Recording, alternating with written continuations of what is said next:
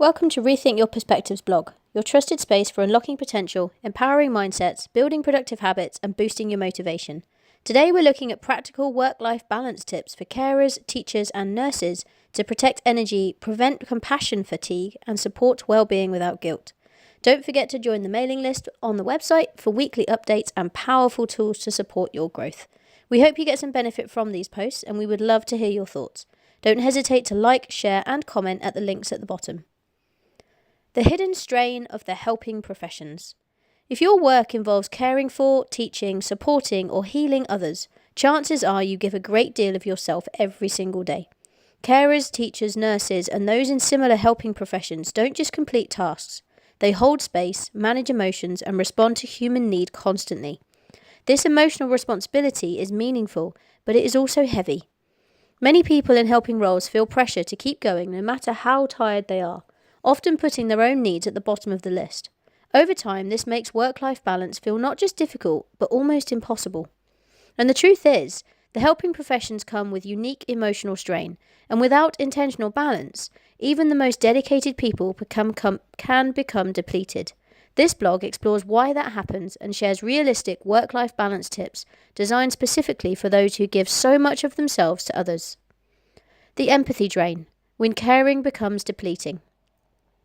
Empathy is at the heart of helping professions. It's what allows you to connect, support, and respond compassionately. But empathy isn't an unlimited resource. When you are constantly giving emotional energy, listening, reassuring, supporting, or managing difficult situations, your internal reserves gradually drain. This is often referred to as empathy fatigue or emotional depletion. Unlike physical tiredness, empathy drain isn't always obvious. You may still show up, still perform your role well, and still care deeply, but internally you feel flat, heavy, or disconnected. Because caring comes so naturally to many people in these roles, it's easy to miss the signs until exhaustion has set in. Recognizing that emotional energy needs replenishing just as much as physical energy is a crucial step towards a healthier balance. So what are the signs of compassion fatigue? Compassion fatigue doesn't mean you no longer care. In fact, it often affects the people who care the most. Common signs include emotional numbness, feeling detached or indifferent, frustration or irritability, especially over small things, withdrawal, avoiding people or conversations you'd normally engage with, reduced satisfaction, feeling less fulfilled by work that once felt meaningful, and persistent tiredness, even after rest. These signs are not failures, they're signals. They indicate that your nervous system has been in giving mode for too long without adequate recovery. Ignoring compassion fatigue doesn't make it go away. Responding to it with awareness and supportive work-life balance tips helps protect both well-being and professional longevity. So some small changes that protect your energy. You don't need hours of free time or a long holiday to start restoring balance. In helping professions, small, consistent practices often have the biggest impact. These can include micro breaks during the day. Short pauses, even 1 or 2 minutes, help reset the nervous system. This might include taking a few deep breaths between tasks, stepping outside briefly, stretching or changing posture. These micro breaks interrupt stress cycles and prevent emotional overload from building. You can also try journaling to release mental load. Helping professionals often carry stories and emotions long after a shift ends. Journaling provides a safe outlet to process these experiences. A few prompts you can try include: what felt heavy today? What went well, even in small ways? What do I need to release before tomorrow? Writing helps create emotional separation between work and personal life, a key element of sustainable balance. And debriefing with peers. Connection with colleagues who understand your role is incredibly protective. A brief debrief after a difficult day can reduce isolation and normalize emotional responses. You don't need solutions, just understanding. Shared reflection reduces emotional load and reinforces that you're not carrying it alone. So some mindset work, giving yourself permission to rest. One of the biggest barriers to balance in helping professions is guilt. Many carers, teachers, and nurses feel guilty for resting, saying no, or prioritizing themselves.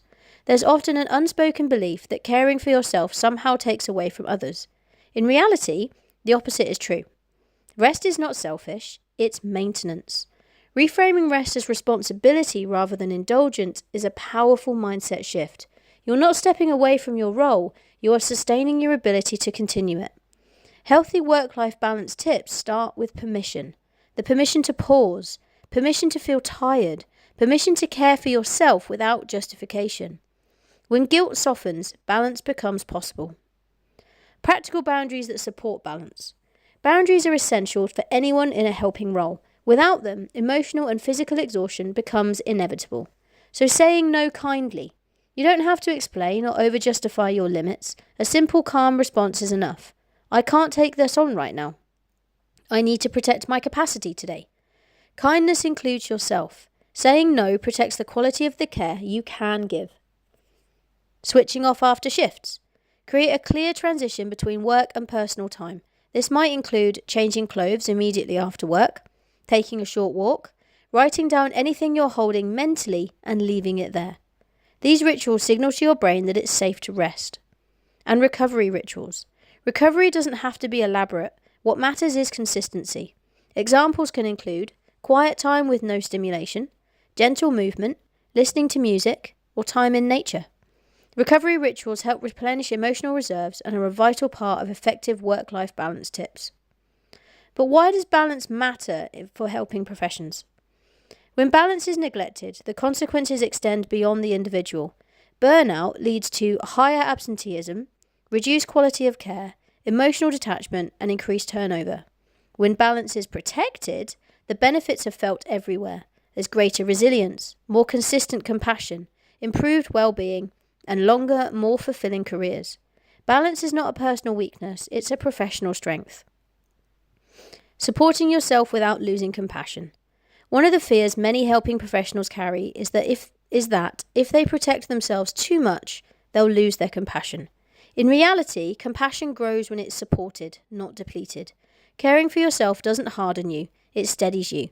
It allows empathy to remain present without overwhelming your system. Sustainable compassion depends on balance.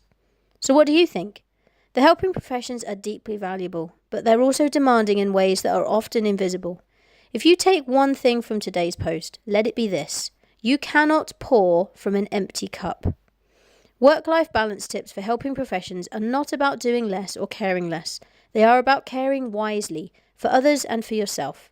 Start small, pause when you can, speak kindly to yourself, protect your energy with intention. Because the people you help need you well, not worn down, and you deserve a life that supports you as much as you support others. If this has inspired you to rethink your own well-being within your role, explore my other posts in the Knowledge Centre. Or to learn more about how I can help you apply these principles in your own life, you can message me here, connect on social media, or book a free discovery call. To your continued success, Jaiye. Rethink your perspective.